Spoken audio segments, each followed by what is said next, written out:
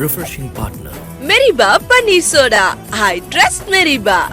ஸ்டார்டிங்ல ஏதோ ஒரு இடத்துல மட்டும் வந்து கடவுள் காமிச்சிட்டு அதுக்கப்புறம் எல்லாமே சயின்டிஃபிக்கா கொண்டு போற மாதிரி தான் இந்த படம் இருந்துச்சு. மண்டெல்லாம் கொழுப்புதுடா எனக்கு. Double occupancy.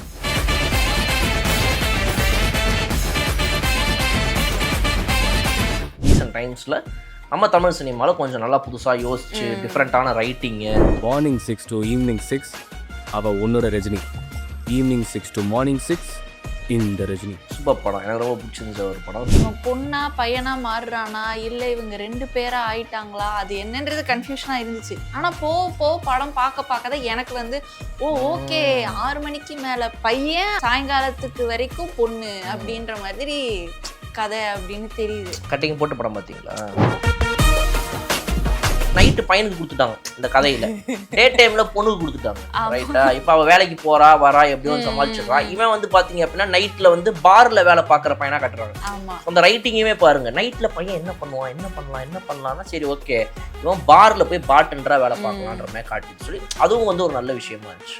ஈவினிங் 6 மணி ஆகுது, இந்த பையன் வரான், பார்த்தா இந்த மாதிரி வந்து அம்மா அப்பா இல்ல அப்படின்ற ஒரு இது. அவன் எந்திரிச்சு பார்த்தா அவங்க அம்மா அப்பாவுக்கு மாலை போட்டு வச்சிருக்கு. இதெல்லாம் வந்து ரொம்ப ஒரு டிஃப்ரெண்டான ஒரு விஷயம். மார்னிங் 6 to 6 அம்மா இறந்து போயிட்டாங்க, அவங்கள அடக்கமும் பண்ணியாச்சு. ஈவினிங் இருக்கிற கேரக்டர் மாறினோடனே பையன் வந்து பார்க்குறான், பார்த்தா அம்மா இல்லை அப்படின்ற அந்த ஒரு இதெல்லாம் வந்து ஒரு நல்ல இதுவாக இருந்துச்சு. ரஜினி அப்புறம் கார்த்திக் அண்ட் பிரியா 3 பேர் நிற்கிறாங்க அந்த இடத்துல. அந்த குழந்தைய சும்மா பார்த்துட்டே இருக்கிறாங்க. திடீர்னு பார்த்தா அந்த குழந்தை ஜெண்டர் மாறுதான். கமலின்னு பேரு வச்ச பொண்ணு திரும்ப பையனா மாறுதான். பார்த்தா மேல கமலின்னு போட்டிருந்ததுல ஐ அப்படின்ற அந்த லெட்டர் ஆடி டுமுக்குன்னு கீழே விழுந்துருது. கமல் அப்படின்னு காட்டுறாங்க. பாடத்த பேரை போட்டு முடிச்சாச்சு.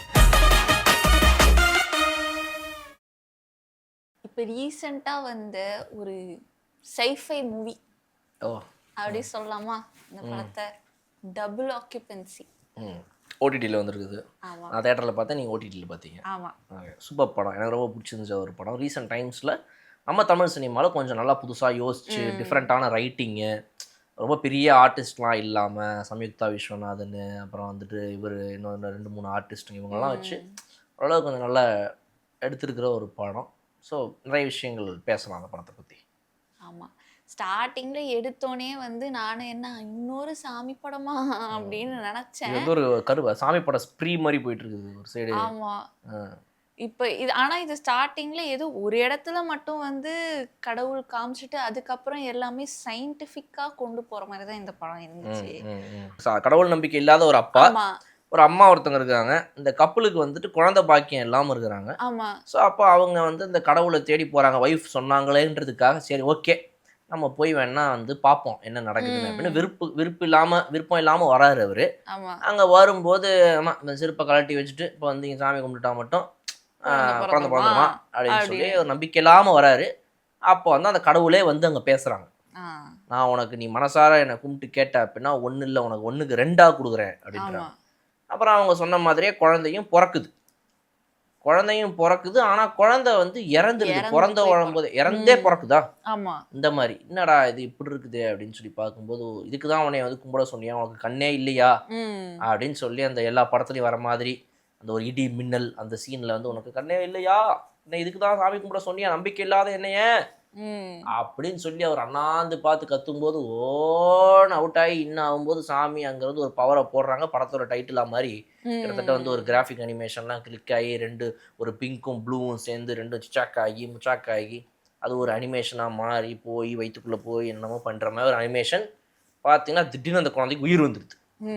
ஆனால் இப்போ ஆணா பிறந்திருந்த குழந்தை இப்போ பெண்ணா மாறிடுச்சு. என்னடா இது, வாட் அ ஜெண்டர் சேஞ்ச் அப்படின்னு சொல்லி daddy is all in the confusion. Daddy is going to the mom, ஏய் பாருங்க நம்மளுடைய குழந்தை ஜெண்டரே மாறி போச்சுங்க, சத்தியமா சொல்றேன் பொண்ணா மாறிடுச்சு பாரு பையனா தான் பிறந்துச்சு பாரு அப்படின்னு சொல்றாங்க.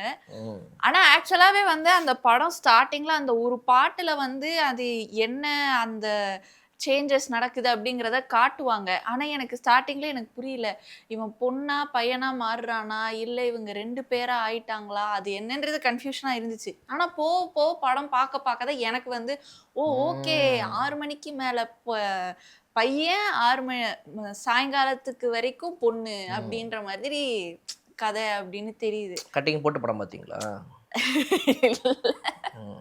எனக்கு ஸ்டார்டிங்லேயே புரிஞ்சிருச்சு. எனக்கு வந்து அது போக போக தான் புரிஞ்சுச்சு. அதுக்கப்புறம் அது பார்க்குறப்பவும் வந்து யூஸ்வலா படத்துல இப்ப முன்னாடி வந்த படத்துலயாவும் இருக்கட்டும், இதுக்கு முன்னாடி எந்த படமா? எந்த படம்? மோஸ்ட்லி இருங்க சொல்ல விடுங்க. அதுல வந்து இப்போ ஒரு பையனுக்கு வந்து ஒரு பொண்ணு ட்ரெஸ் போட்டு அது ஒரு ஜோக்கா காட்டுற மாதிரி தான் இருக்கும். ஆனா இந்த படத்துல வந்து இந்த கேரக்டர் வந்து ஆக்சுவலா வந்து ஃபர்ஸ்ட் ஒரு பொண்ணா இருந்து பையனா மாறி இருக்கிற கேரக்டர்னாலயா, இல்ல அவங்க வந்து எதனால அப்படி இல்லாட்டி இப்படிதான் இருக்கணும்ன்றதுக்காக காட்டுறதுக்காக நார்மலைஸ் பண்றதுக்காக அந்த மாதிரியும் எழுதியிருக்காங்களான்றது தெரியல. ஆனா அது வந்து ஒரு நல்ல விஷயமா இருந்துச்சு. அது பார்க்கும்போது எதுவும் இதுக்கு முன்னாடி இல்லாத ஒரு விஷயத்த இந்த படத்துல அவங்க காமிச்சிருக்க மாதிரி எனக்கு தோணுச்சு. அவன் வந்து ரஜினின்ற கேரக்டர் வந்து 6 PM அப்புறம் பையனா மாறும்போது கேர்ள் ரஜினியா இருந்து அவங்க போட்டிருந்த அந்த ட்ரெஸ் வந்து அவங்க அது போட்டு அவங்க பையனா இருக்கும் போது அந்த கேர்ள் ட்ரெஸ் இருக்கிறப்போ அது வந்து சி என்ன இது அப்படின்ற மாதிரி ஃபீல் பண்ற மாதிரி அவங்க காட்டியிருக்க மாட்டாங்க. அது ஒரு வித்தியாசமான ஒரு விஷயமாவோ இல்லை அது வந்து ஒரு ஒரு ஏலியன் திங்காவும் அங்க இருக்காது. நான் அதுக்கு முன்னாடி பொண்ணா இருந்த ரஜினி போட்டிருந்த ஒரு ட்ரெஸ்ஸை நான் இப்போ போட்டிருக்கேன், இதுக்கப்புறம் எனக்கு பிடிச்ச ட்ரெஸ்ஸை நான் மாற்ற போறேன். அது ஒரு நார்மலான ஒரு விஷயமா அவர் நடு ரோட்ல கூட அந்த ரஜினி கேரக்டர் வந்து பொண்ணோட ட்ரெஸ்ஸை போட்டு நடந்து வரதா இருக்கட்டும், இதை வந்து ரொம்ப ஒரு சாதாரணமான ஒரு விஷயமா அவங்க வந்து அதுல காட்டியிருப்பாங்க. அது ரொம்ப ஆம்பிளிஃபை பண்ணி இப்படி அப்படின்னு காட்டல, அதை டீக்ரேட் பண்ணி அசிங்கமாவும் கலாய்க்கிற மெட்டீரியலாவும் காட்டல.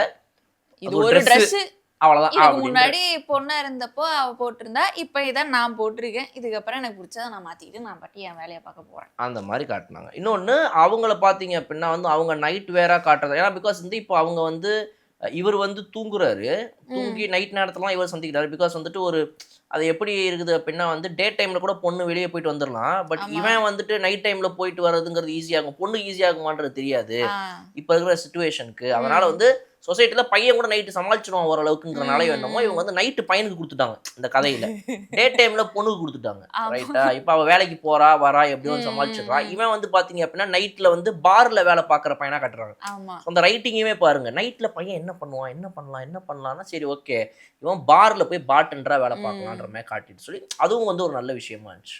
ஆமா, அதுவும் நடுவுல வந்து என்னமோ ஒரு குளறுபடி ஆகி அதுக்கப்புறம் அவங்க பொண்ணா இருக்கப்போ அந்த ஃபீமேல் ரஜினி வந்து அவங்க பாய் ஃப்ரெண்டோட இன்டிமேட் ஆனதுக்கப்புறம் தான் அவங்க ஃபர்ஸ்ட் பீரியட்ஸே வருது. அதுக்கப்புறம் அவங்க பாடியில் நிறைய சேஞ்சஸ் ஆகி அவங்களுக்கு அந்த 6 PM to 6 AM இருக்க அந்த ரொட்டீன் வந்து சேஞ்ச் ஆயிடுது. எப்போ வேணால் அவங்க மாறுற மாதிரி இருக்குது, அவங்களோட டைம் வந்தால் மாறாமல் இருக்கிற மாதிரி இருக்குது. ஸோ அந்த டைமில் அவங்க வந்து ஒரு பாயிண்ட்ல அது ஒரு சாங்ல வந்து ஒரு சின்ன ஒரு விஷயமா அது அப்படியே மேலோட்டமா அப்படியே காட்டிட்டு போயிருப்பாங்க. இந்த படத்துல வந்து அதுல என்ன நடக்கும்னா, அவங்க படத்துக்கு போயிருப்பாங்க, கார்த்திக்கும் ஃபீமேல் ரஜினியா இருக்கவங்களும் அவங்க ஒரு டேட் போறாங்க, படத்துல இருக்காங்க. படத்துல இருக்கும்போது அவங்க ரெஸ்ட் ரூம்க்கு போறப்போ அங்க வந்து பாத்ரூம்குள்ள போக விடாம ஒரு டிரான்ஸ்ஜெண்டர் பர்சனை வந்து தடுத்து அங்க ஏதோ ஒரு கேஸ் போகுது. அதை பார்த்தோன்னே வந்து இவங்களுக்கு அவங்க அதை ஐடென்டிஃபை பண்ணிட்டாங்களே, ஏதோ ஒரு எக்ஸ்ட்ரீம் எமோஷன் அவங்க ஃபீல் பண்ணும் போது அவங்களுக்கு வந்து அந்த சேஞ்ச் ஆகுது. ஸோ அவங்க அதை ஃபீல் பண்ணி என்ன பண்ணுறாங்க, அவங்க ஸ்டெப்ஸ்லேருந்து கீழே வேணும்ட்டே விழுந்து அப்போ வந்து அந்த பயத்தில் அவங்க ஜெண்டர் மாறும்ல. ஸோ அப்போ வந்து மேல் ரஜினி வந்து அங்கே சண்டை போட்டு அவங்கள நீங்கள் உள்ளே போங்க அப்படின்னு சொல்லி அவங்க உள்ளே கூட்டிகிட்டு போகிற மாதிரியும், அவங்க அந்த சண்டை போடும் போதும் அந்த ஃபீமேல் ரஜினி போட்டிருந்த அந்த சுடிதார் அந்த ட்ரெஸ்ஸோட தான் அந்த பையனும் அவங்களும் இருப்பாங்க. ஸோ இந்த மாதிரி ஒரு குட்டி குட்டி சீன்ஸ் அங்கங்கே அவரோட ரைட்டிங்காக நல்லா பண்ணியிருக்காங்க. ஒரு தாட்ஃபுல்லாக ப்ராப்பராக ஒரு சொசைட்டிக்கு தேவையான ஒரு ரைட்டிங்காக எழுதியிருக்காங்கன்றதுலாம் இந்த மாதிரி சீன்ஸில் இம்பேக்ட் ஆச்சு. அண்ட் இன்னொன்றுமே அது ப்ராக்டிக்கலி எவ்வளோ பாசிபிளாக எழுத முடியுமோ எடுக்க முடியுமோ அதுவும் பண்ணியிருக்காங்க. இது மாதிரி ஒரு காம்ப்ளிகேட்டான ஸ்டோரி, இதை நீங்கள் ஈஸியாக புரிகிற மாதிரி எடுக்கணும், அக்செப்ட் பண்ணிக்கிற மாதிரி எடுக்கணும். ஆமாம் இது எப்படி அது எப்படி இது எப்படி இதுன்னு நம்ம மூளையை யோசிக்க ஆரம்பிப்போம். அதை யோசிக்க விடாம உங்க படத்தை நீங்க காட்டிட்டே இருக்கணும். கேப் கொடுத்தீங்க அப்படின்னா யோசிக்க ஆரம்பிச்சிடுவாங்க, கேள்வி கேட்க ஆரம்பிப்பாங்க. இப்போ இந்த ட்ரெஸ்ஸோட போறாங்க, அடிச்சு திடீர்னு அங்கேருந்து ஓடி வரும்போது 6 மணி ஆயிடுச்சு, கரெக்டா இந்த பையன் அந்த ட்ரெஸ்ல வரான், ஓகே. அதே மாதிரி வந்து அவனோட ப்ராட் ஷோல்டர்ஸ்க்கு அவன் வந்து அந்த பொண்ணோட குர்த்தியை போட்டிருக்கும்போது ரொம்ப டைட்டா அது ஸ்ட்ரெச்டா போட்டிருக்கமே காட்டுறாங்கன்றதெல்லாம் அக்செப்டபிளா இருக்கும். அந்த அளவுக்கு அவங்களால முடிஞ்ச அளவுக்கு அதுல ஸ்ட்ரெயின் பண்ணி ஒரு அக்செப்டபிலிட்டியை கொண்டு வந்திருக்காங்கன்றது ஒரு விஷயம். அந்த பொண்ணு பாத்தீங்க அப்படின்னா அவங்க ஓவர் சைஸ்டு டீஸும் ஷார்ட்ஸும் போட்டுட்டு அவங்க தூங்க போற மாதிரி காட்டுவாங்க. ஒரு 5 எந்திரிக்கிற மாதிரி காட்டுவாங்க. அவங்க காலையில எந்திரிக்கிறதெல்லாம் பாத்தீங்க அப்படின்னா ஓவர் சைஸ் டீயா இருக்கும். ஸோ அவர் போடும்போது அது நார்மல் சைஸ் டீயா இருக்கிற மாதிரி இருக்கும். ஸோ இந்த மாதிரி ஒரு விஷயங்கள் எல்லாமே வந்துட்டு ஓகே எங்கெங்கெல்லாம் மக்கள் கேள்வி கேட்பாங்க என்ன ஆகுன்றதெல்லாம் யோசிச்சு அதுக்கு ஏத்த மாதிரி பண்ணது எல்லாமே வந்துட்டு பாராட்டத்திற்குரிய ஒரு விஷயம். ஆமா, அவங்களோட அந்த 2 பார்ட்னர்ஸுமே வந்து 2 ஆப்போசிட் கேரக்டர்ஸாவும் இருக்காங்க. இப்ப கார்த்திகா இருக்கிற கேரக்டருமே வந்து இப்ப ஏதாச்சும் ஒரு சேஞ்சை அக்செப்ட் பண்ணி இப்போ நார்மலாக ஒரு பர்சன் கிட்ட வந்து இந்த மாதிரி ஒரு விஷயம் நான் இந்த மாதிரி எனக்கு வந்து நான் 6 மணிக்கு மேலே பையனாயிருவேன், அதுக்கு முன்னாடி தான் நான் பொண்ணாக இருப்பேன் அப்படின்னு ஒரு விஷயத்த போய் சொன்னால் ஆக்சுவலாக ஒரு பர்சன் எப்படி யூஸ்வலாக ரியாக்ட் பண்ணுவாங்கன்னு நம்ம எக்ஸ்பெக்ட் பண்ணுவோமோ அதே மாதிரியான ஒரு ரியாக்ஷன் வந்து கார்த்திக் கொடுக்குற மாதிரி கேரக்டர் வச்சுருப்பாங்க. இந்த சைடு வந்து நம்ம சம்யுக்தாவோட கேரக்டர் பிரியா இவங்க வந்து எப்படி இருக்காங்கன்னா இவங்க கிட்ட போய் சொல்லும் போது ஃபர்ஸ்ட் அவங்க வந்து சொல்லும்போது கேட்கல என்ன கொரியன் சீரிஸா அப்படின்னு சொல்லி காமெடி பண்றாங்க.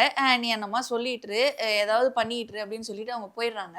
அவங்க நேர்ல கண்ணுல பார்த்தோன்னே திஸ் இஸ் சோ கூல் அப்படின்னு சொல்லி அவங்க எக்ஸைட் ஆகுறாங்க. இன்னும் சொல்லி என்னெல்லாம் நடக்கும் அவங்க அதை எவ்வளவு அழகா அக்செப்ட் பண்ணிட்டாங்கன்ற ஒரு கேரக்டராவும் அவங்களை காட்டுறாங்க. ஆமா, ஏன்னா அவ்வளவு பயத்தை கிரியேட் பண்ணி இது வரைக்கும் பாத்தீங்க அப்படின்னா இப்ப கதையோட ஆர்டர்ல வந்தோம் அப்படின்னா இப்ப இவங்க 2 பேரும் இப்படி இருக்கிறாங்க, அம்மா அப்பா வளர்க்குறாங்க போறாங்க திடீர்னு அம்மா அப்பா ஒரு ஆக்சிடென்ட்ல இறந்து போயிடுறாங்க. இந்த இறந்து போனப்ப என்ன ஆயிடுது அப்படின்னா காலையில பொண்ணாவும் நைட்ல 6 மணிக்கு மேல 6 to 6 பையனாவும் இருக்கிற அந்த பையன் இல்ல. இப்ப டே டைம்ல இவங்க இறந்து போயிட்டாங்க. அம்மாவை பாக்குறாங்க, இந்த பொண்ணே தான் வந்து கொல்லி வைக்கிறாங்க, எல்லாம் வச்சு முடிச்சாச்சு, எரிச்சாச்சு. ஈவினிங் 6 மணி ஆகுது, இந்த பையன் வரான். பார்த்தா இந்த மாதிரி வந்து அம்மா அப்பா இல்ல அப்படின்ற ஒரு இது. அவன் எந்திரிச்சு பார்த்தா அவங்க அம்மா அப்பாக்கு மாலை போட்டு வச்சிருக்குது. இதெல்லாம் வந்து ரொம்ப ஒரு டிஃப்ரெண்டான ஒரு விஷயம். மார்னிங் 6 to 6 அவங்க இறந்து போயிட்டாங்க, அவங்கள அடக்கமும் பண்ணியாச்சு.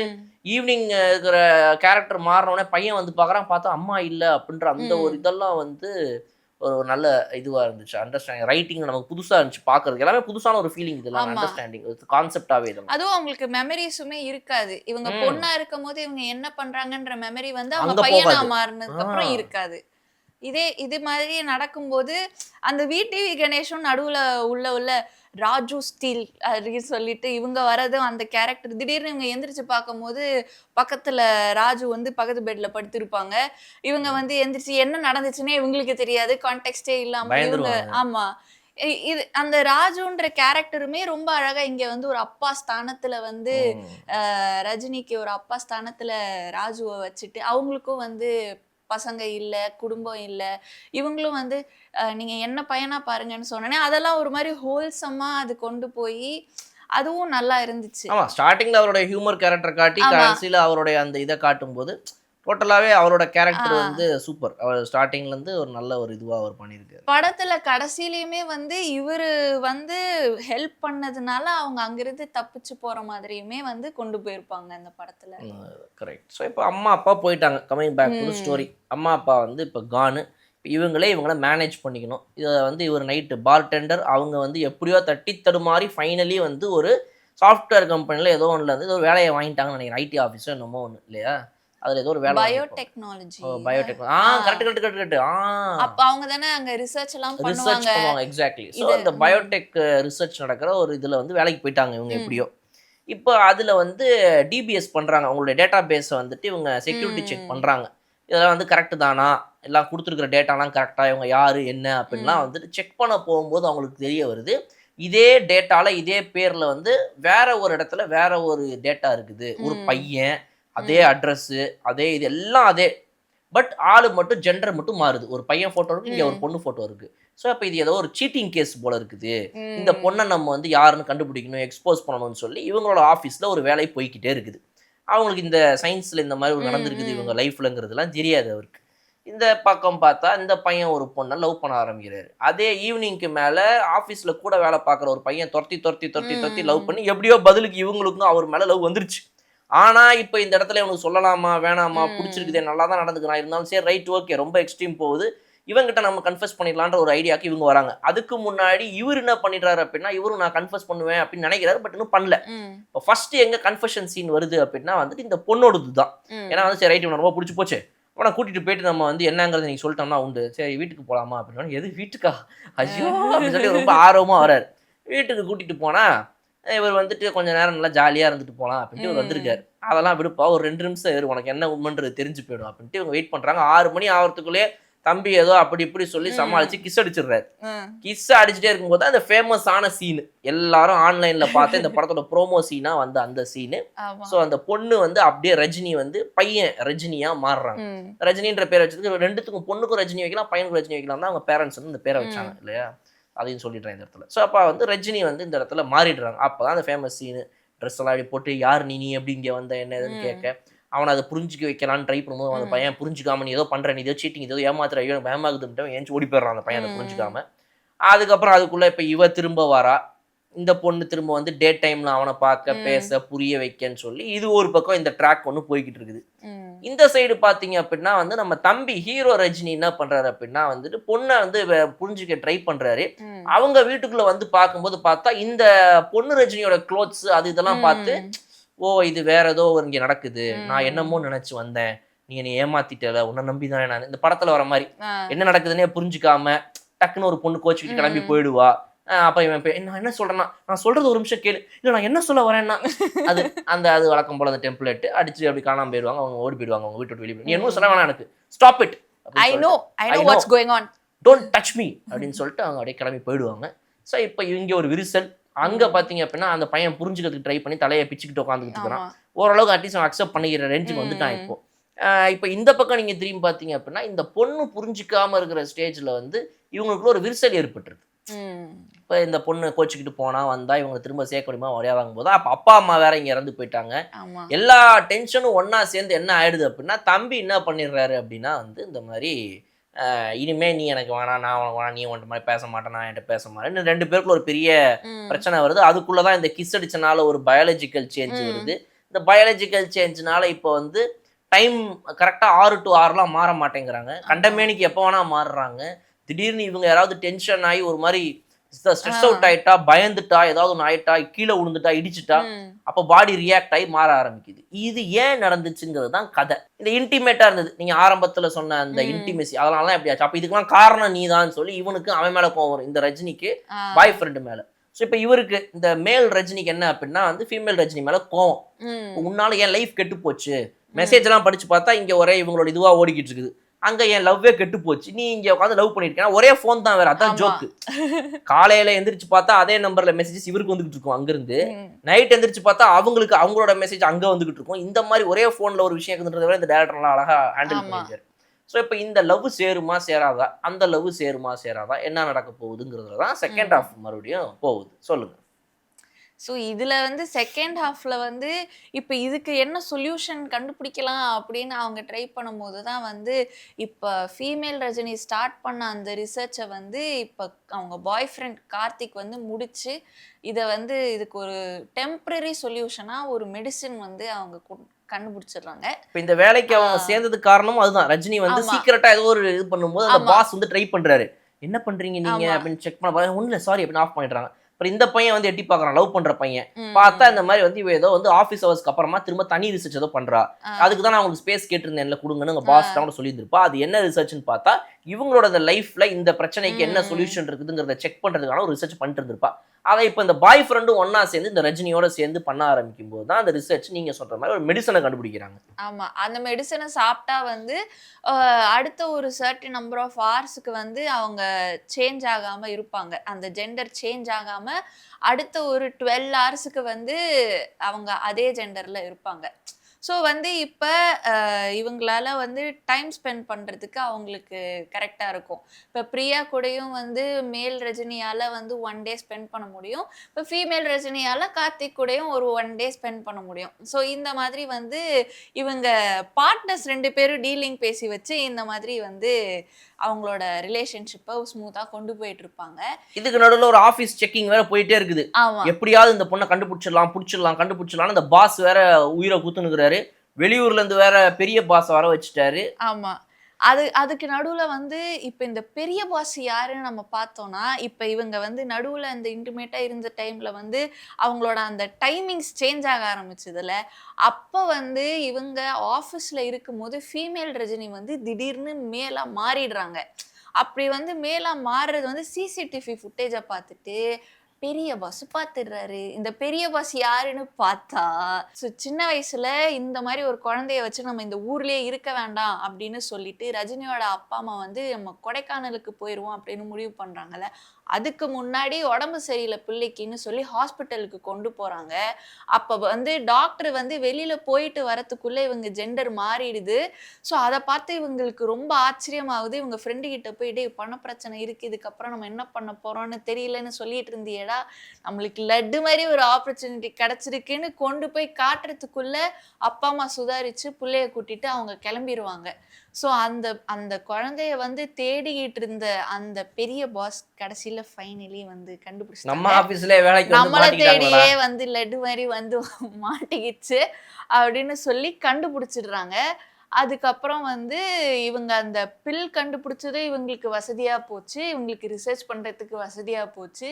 அப்புறம் கூப்பிட்டு வச்சு இவங்களுக்கே தெரியாம ஃபாரின்ல இருக்கிற இன்னும் சில ரிசர்ச்சர்ஸ் எல்லாம் கூப்பிட்டு மீட்டிங்கை வச்சு ஐ பிரசன்ட் யூ மை ஸ்பெசிமென் அப்படின்னு சொல்லி ரஜினியை காமிச்சு மீட்டிங்கும் போட்டு விட்டுறாங்க. அவங்கள்ட்டேருந்து தப்பிச்சு போக ட்ரை பண்ணும் போது தான் வந்து ஒரு சண்டையெல்லாம் வருது. பிடிச்சிடுறாங்க, கிட்னாப் பண்ணிடுறாங்க. ஃபஸ்ட்டு மேல் ரஜினியை கன்வின்ஸ் பண்ண ட்ரை பண்ணுறாங்க. நீ வந்து லைஃப் லாங் வந்து நீ வந்து உன்னோட உருவத்திலே இருக்க, உன்னோட ஜெண்டர்லேயே நீ இருக்கலாம், நீ பொண்ணாக மாறவே மாட்ட, இப்படி ஒரு பெரிய ஆப்பர்ச்சுனிட்டி நான் கொடுக்குறேன், மிஸ்ஸே பண்ணிடாத அப்படின்ட்டு. ஆனால் அந்த இடத்துலையுமே வந்து ரஜினி வந்து இது வந்து ஃபீமேல் ரஜினிக்கு தெரியுமா, அவங்களுக்கு ஓகேனா தான் நான் இதை பண்ணுவேன் அப்படின்ற மாதிரி அவங்க சொல்லிட்டு அங்கிருந்து கிளம்பிடுவாங்க. கிளம்புனதுக்கு அப்புறமும் வந்து திருப்பி அவங்க ஃபீமேல் ரஜினியா வந்து அவங்க பில் போட்டு அப்படியே இருப்பாங்கன்றது வந்து அவங்களுக்கு தெரிஞ்சு போச்சு. இந்த ரிசர்ச்சை வந்து கார்த்திக் ஆஃபீஸ் விட்டு கிளம்புறப்போ வந்து பார்த்துட்டு அவங்க ஃபீமேல் ரஜினியா தான் அடுத்த 12 ஹவர்ஸ்க்கு இருக்க போறாங்கன்னு தெரிஞ்சு கிட்னாப் பண்ணி அவங்க வந்து எக்ஸ்பெரிமெண்ட் பண்ண ட்ரை பண்ணுவாங்க. அதுக்குள்ள வந்து நம்ம மேல் ரஜினி என்ன சொல்லியிருப்பாங்க, அப்பதான் அவங்களுக்கு அந்த இவங்க பிரியாவோட கூட வேலை பார்க்குறவங்களோட பேரண்ட்ஸ் வந்து இறந்துருவாங்க. ஒரு பேரண்ட் வந்து வளர்ப்பு தாய் வந்து இறந்துருவாங்க. ஸோ அவங்களுக்கு கொல்லி வைக்க போகும்போது தான் வந்து மேல் ரஜினிக்கு வந்து ஞாபகம் வரும், இந்த மாதிரி என்ன நடந்துச்சு அப்படிங்கிறதெல்லாம் வந்து ஃபீமேல் ரஜினியாக இருக்கும்போது அவங்க அப்பா அம்மா வந்து இறந்தப்ப எப்படி என்னெல்லாம் ஃபீல் பண்ணியிருப்பாங்க அப்படிங்கிறதெல்லாம் ஒன்று ஒன்றா இவங்களுக்கு ஞாபகம் வருது. அப்போ தான் இவங்களுக்கு வந்து அவங்க சிஸ்டருக்கு ஃபீல் பண்ணி நீ இவ்வளோ கோத்ரூ பண்ணியிருக்கேன், இது தெரியாமல் நான் உனக்கு இவ்வளோ கஷ்டம் கொடுத்துட்டேன் அப்படின்னு சொல்லி அவங்க வாய்ஸ் மெசேஜ் போடுறாங்க. இனிமே உனக்கு எப்போ என்ன வேணும்னு நினச்சாலும் நான் வரணும்னு நினைக்கிறப்ப மூச்சை புடிச்சிட்டு நீ வந்து ஒரு 1 minute 10 minutes என்ன நினைச்சு பார், கண்ணை மூடி நினைச்சா நான் வந்து நிப்பேன் அப்படின்னு சொல்லியிருப்பாங்க. அந்த மாதிரி அவங்க கிட்னாப் பண்ணி நீ வச்சிருக்கும் போது அந்த பில்ஸையும் தாண்டி இவங்க மூச்சை பிடிச்சிட்டு நின்னோடனே அந்த மேல் ரஜினி வந்து ஃபைட் பண்ண ஆரம்பிச்சிருவாங்க. அப்போதான் நம்ம ராஜு ஃப்ரம் ராஜு ஸ்டீல் உள்ள அவங்க பாய்ஸை கூட்டு வந்து ஃபைட் பண்ணி ஆனால் காப்பாற்றி கூட்டு போறதுக்குள்ள மேல் ரஜினி வந்து அந்த இடத்துல இறந்துருவாங்க. ஃபீமேல் எப்படி இறந்துக்குவாங்க, அவங்களே தேடி போய் ஓகே நம்ம செத்து போனாதான் இந்த இதுக்கெல்லாம் ஒரு முடிவு இருக்கும் போல இருக்கு, எதுக்கு நம்ம தேவையில்லாம அவங்களுடைய ரிலேஷன்ஷிப்பாக நல்லா இருந்துட்டு போட்டுன்னு நினைச்சாரோ, போயிட்டு தியாகம் பண்ணிக்கிட்டு அந்த இதெல்லாம் தேடி போய் அந்த கரண்ட் கம்பி எடுத்து சச்சக்குன்னு ஏற்றிப்பார். ஏற்றிட்டு அவங்க வந்து சாகும்போது பையனா இறந்துட்டு அப்புறம் வந்து பெண்ணா மாறி அவங்க வந்து காப்பாற்றி விட்டுருவாங்க. ஏன்னா இப்போ இந்த கேரக்டர் செத்து போச்சு, அந்த ஃபீமேல் கேரக்டர் வந்து என்ன ஆச்சு அவனுக்கு அப்படின்னா அவன் போயிட்டாங்க நம்மளை விட்டுட்டு அப்படின்றான். அவன் என்னை காப்பாற்றணும்னா இப்போ உனக்கு என்ன பண்ணணும் என்ன ஏதுன்னு பார்த்தா அதுக்கு வந்து ஒரு ஹார்ட் டிரான்ஸ்பிளான்ட் பண்ணி எப்படியாவது உங்களை காப்பாற்றிடலாமா, சீரியஸ் கிரிட்டிக்கல் கண்டிஷனில் இருக்கிறாங்களே அப்படின்ற மாதிரி சொல்லப்படுது. ஏன்னா வந்து ஹார்ட் ஒன்று தானே, ரைட்டு, மற்றதெல்லாம் வேற ஹார்ட் ஒன்று. அப்போ இந்த ஹார்ட்டை என்ன பண்ணலாம் அப்படிங்கும்போது வந்துட்டு பிரியா சொல்கிறாங்க நான் அதுக்கு ஒரு முடிவு கட்டுறேன் அப்படின்னு சொல்லி அவங்க அப்பா ஃபோன் பண்ணி daddy I need a favor அப்படின்றாங்க. க்ளோஸ் பண்ணி பார்த்தா அவங்க அப்பா அப்படி வந்து ஹார்ட் அனுப்பிடுறாரு. எங்கேருந்து எப்படி அவங்க அப்பா என்ன பண்ணுறாங்க, அவங்க அப்பா டாக்டரா இல்லை அவங்க அப்பா ஆர்கன் டிராஃபிக் பண்ணுறாங்களா இல்லை என்ன நடக்குது, எங்கேருந்து இப்போ ஹார்ட் அதுக்குள்ளே சொயின்னு யூஎஸ்லேருந்து பறந்து இப்போ அவ்வளோ சீக்கிரம் வந்துச்சு, எதுவுமே தெரியல. ஆனா ஒரு ஹார்ட் பொட்டியில வந்து இறங்கிருச்சு. அவங்க சர்ஜரி பண்ணி அதுக்கப்புறம் நம்ம ரஜினியை காப்பாத்தி அவங்களுக்கு கல்யாணமே ஆயிருது. கல்யாணம் ஆகும்போது அப்பதான் வந்து என்ன கொரியன் சீரிஸா அப்படின்னு கேட்ட நம்ம பிரியாவே வந்து கடைசியில எல்லா கொரியன் சீரீஸ்லயும் இந்த மாதிரி ஏதாவது இறந்து போன கேரக்டர் வந்து இப்படி ஒரு சோலா மாதிரி வந்து பாய் பாய் ஃபைனல் குட் பாய் சொல்லிட்டு போவாங்க. அந்த மாதிரி இப்போ பிரியா கல்யாணத்துல நிற்கும் போது நம்ம மேல் ரஜினி அவங்க கல்யாணம் பண்றவங்க 2 பேருக்கு பின்னாடி நின்று அப்படியே எமோஷனலா பார்க்குறாங்க. இந்த மாதிரி திரும்பி பார்த்தா அவங்க இருக்க மாட்டாங்க. ஓ மை காட் அப்படின்னு சொல்லிட்டு போயிடுவாங்க. அந்த மாதிரி பண்ணிட்டு அதுக்கப்புறம் கல்யாணம் ஆயிடுச்சு. ஓகே ரைட் எல்லாம் முடிஞ்சிடும் சந்தோஷமாங்கடா அப்படின்னு சொல்லிட்டு ஒரே ஒரு கட்டி பிடிச்சிக்கிறாங்க. அவங்க வேற இவங்களை இந்த மாதிரி இந்த ரஜினியை வந்து பெண் ரஜினி வந்து கட்டி பிடிச்சிக்கிறாங்க. கல்யாணத்துக்கு முன்னாடி பாருங்க, அதுவும் கல்யாணத்துக்கு பிடிச்சா தப்பாயிடும்ல, கல்யாணத்துக்கு கட்டி பிடிச்சிட்டு போய்க்கிறாங்க. My god I miss that guy அப்படின்னு சொல்லி போயிடுறாங்க. அவ்வளோதான், கல்யாணம் ஆகிடுது. கல்யாணம் ஆனதுக்கப்புறம் குழந்தை பிறக்குது. அந்த குழந்தையுடைய பேர் வைக்கிற விழாக்கெல்லாம் வராங்க. அங்கேயும் டே தம்பி அப்படின்னு சொல்லி நம்ம பேர் வைக்கிறதுக்கு ராஜு ஸ்டீல்ஸ் வந்துடுறாரு. அதுக்கப்புறம் அந்த குழந்தைக்கு பேர் வைக்கிறாங்க கமல் லீ அப்படின்னு பேர் வைக்கிறாங்க. கமல் லீ அப்படின்னு பேர் வைக்கிறாங்க. சரி, பெண் குழந்தை பிறந்திருக்கு, கமலின்னு பேர் வச்சாச்சு, வெரி குட் அப்படின்னு எல்லாரும் கிளம்பும் போது வெறும் இந்த 3 பேர் மட்டும் இருக்கிறாங்க. ரஜினி, அப்புறம் கார்த்திக் அண்ட் பிரியா 3 பேர் நிற்கிறாங்க. அந்த இடத்துல அந்த குழந்தைய சும்மா பார்த்துட்டே இருக்கிறாங்க. திடீர்னு பார்த்தா அந்த குழந்தை ஜெண்டர் மாறுதான். கமலின்னு பேர் வச்ச பொண்ணு திரும்ப பையனா மாறுதான். பார்த்தா மேல கமலின்னு போட்டிருந்ததுல ஐ அப்படின்ற அந்த லெட்டர் ஆடி டிமுக்குன்னு கீழே விழுந்துருது. கமல் அப்படின்னு காட்டுறாங்க. படத்தை பேரை போட்டு முடிச்சாச்சு. ஸோ ரஜினியில் ஆரம்பிச்சு கமலில் வந்து படம் முடியுது. ஸோ இந்த கதையோடைய கதை என்ன அப்படின்னா, 1 லைனில் சொல்லணும் அப்படின்னா என்ன சொல்றது, இரட்டை குழந்தை பிறந்து ஒற்றை குழந்தையா மாறி அவங்களுக்கு பிறந்த ஒற்றை குழந்தை இப்ப இரட்டை குழந்தையா மாறிடுச்சு. சூப்பர். ஆனா இதெல்லாம் தாண்டி வந்து ரைட்டிங்கா, டிரெக்ஷனா, தாட் ப்ராசஸாவே வந்து இது வந்து ஒரு புது விதமான ஒரு அப்ரோச். இது எங்க ஆரம்பிச்சாங்க, எங்க கொண்டு போய் முடிச்சாங்க, இது மூலமா இப்ப என்ன சொல்ல வராங்க அப்படின்னா, இது வந்து ஒரு ஹியூமன் லைஃப். இது ஒரு எக்ஸ்கியூசஸ் நிறைந்த உலகமா இருக்கிற இடத்துல சாக்ரிஃபைஸ் நிறைந்த உலகமாக கூட இது இருக்கலாம், லவ் நிறைந்த ஒரு உலகமாக கூட இது இருக்கலாம் அப்படின்னு சொல்லி, ஸோ ஒரு ஒரு ஒரு மேஜிக்ல பிறந்த, ஒரு சயின்ஸ்ல பிறந்த, ஒரு காடின் பவர்ல பிறந்தன்னு எப்படி வேணா எடுத்துக்கலாம். அதுல பிறந்த ஒரு குழந்தை, அது வந்து 2 ஜெண்டரா மாறுற குழந்தை. அதுல வந்து ஒரு ஜெண்டர் இன்னொரு ஜெண்டருக்காக விட்டு கொடுத்துருக்கு. அது வந்து சிஸ்டர் பிரதர்னு அவங்கள சொல்ல முடியாது, ஒரே ஆளுன்னு சொல்லலாம், எப்படி வேணா வச்சுக்கோங்களேன் நீங்க. ஸோ பட் ஒரு ட்வின்ஸ்னும் சொல்ல முடியாது. ஒரு மாதிரி இது புதுசா இருக்கு, நல்லா இருக்குன்ற மாதிரி ரொம்ப நல்லா இருக்கு. ரொம்ப சுமூகமா ஹாப்பி என்டிங்கோட முடிச்சு வச்சிருக்காங்க. பார்ட் 2ல இதோட கண்டினியூட்டிலாம் வச்சிருப்பாங்க. அவன் நினைப்போம், அதான் கிடையாது. அந்த மாதிரிலாம் எடுத்து படத்தை கெடுக்க மாட்டாருன்னு இவர் நான் நம்புறேன். ஒரு சஸ்பென்ஸோட ஒரு எண்டு வச்சு முடிச்சாச்சு, ஒரு ஓப்பன் எண்டிங் கொடுத்தாச்சு. பட் அந்த ஓப்பன் எண்டிங் ஓப்பனாகவே இருக்கட்டும். அந்த ஓப்பனை இழுத்துட்டு கொண்டு போய் டபுள் ஆக்கியூபன்சி 2ன்னு யாராவது ஒரு ப்ரொடியூசர் வந்து இதே ப்ரொடியூசர் திரும்ப கேட்டாலோ வேண்டாம், விட்டுருங்க. நல்லா இருந்துச்சு, 1 டைம் ஓகே, அக்செப்டபிள். எனக்கு செகண்ட் ஹாஃப்ல எனக்கு இருந்த ப்ராப்ளம் என்னன்னு சொல்றேன். ஓகே, ஸோ எனக்கு ரொம்ப ட்ராக் ஆன மாதிரி ஒரு ஸ்டேஜுக்கு அப்புறம் சரி ஓகே என்ன பண்ண போறீங்க, இந்த கதையை எங்க எடுத்துட்டு போக போறீங்க, என்ன வாட் இஸ் நெக்ஸ்ட்ன்ற ஒரு ஃபீல் எனக்கு இருந்துச்சு. அது ஒண்ணு மட்டும் தான், எனக்குலாம் கொஞ்சம் நல்லா தூக்கம் வந்துச்சு. தியேட்டர்ல தூக்கி அடிச்சு உள்ள ஆரம்பிச்சிட்டேன். நாளா நைட் ஷோ வேற, நைட் ஷோ கூட தூக்கம் தான் வரும்.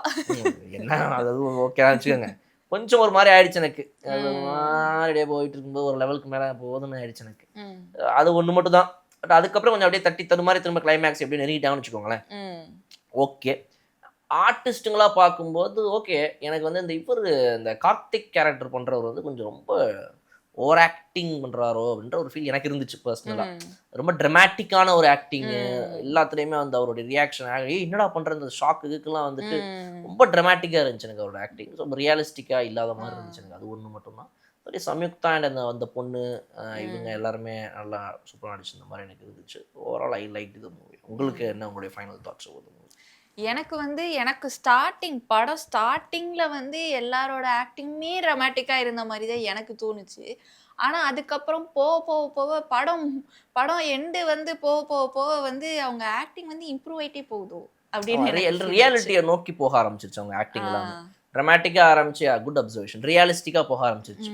இந்த சீனுக்கு என்ன தேவையோ, அந்த கதைக்கு இப்போ என்ன போகுமோ, அது இமோஷன் அது இதுன்னு போய் அடிச்சவர் சாவுறது, இவங்க அழறது, அப்படி இப்படின்னு அந்த ஆக்டிங்குள்ள போயிடுச்சு. இந்த ஃபர்ஸ்ட் எடுத்த உடனே இருக்கிறதெல்லாம் ஏன் அவ்வளோ ட்ராமாட்டிக் ஆக்டிங் அவங்களுக்கு தேவைப்பட்டுருச்சு அப்படின்னா அந்த கதையில் இருக்கிற டிமாண்டு தான். அது வந்து ஒரு ஷாக்கு, உங்களுக்கு இந்த மாதிரி ஒன்று ஆகுது, இதை பார்த்து அவங்க ரியாக்ட் பண்ணுறாங்க, அதை பார்த்து இவங்க ரியாக்ட் பண்ணுறாங்க, ஒரு மாதிரி கார்ட்டூனிஸ்டிக்கான ரியாக்ஷன்ஸு, ரொம்ப ஓவர் ட்ராமாட்டிக்கான ஆக்டிங்லாம் அங்கே தேவைப்பட்டுருச்சு. அதை அப்படி எடுத்துகிட்டு போயிட்டாங்க எலிவேட் பண்ணி. ஸோ அதுதான் வந்து அந்த இடத்துல நடந்திருக்குன்னு நினைக்கலாம். ஸோ ஓவரால் இதுதான் இது. ஸோ நம்ம நெக்ஸ்ட் டைம் இன்னொரு வீடியோவில் வந்துட்டு வேற ஒரு படம் எப்படி இருக்குது அப்படின்றத பற்றி பேசுவோம். Refreshing partner. Meriba Paneer Soda. I trust Meriba.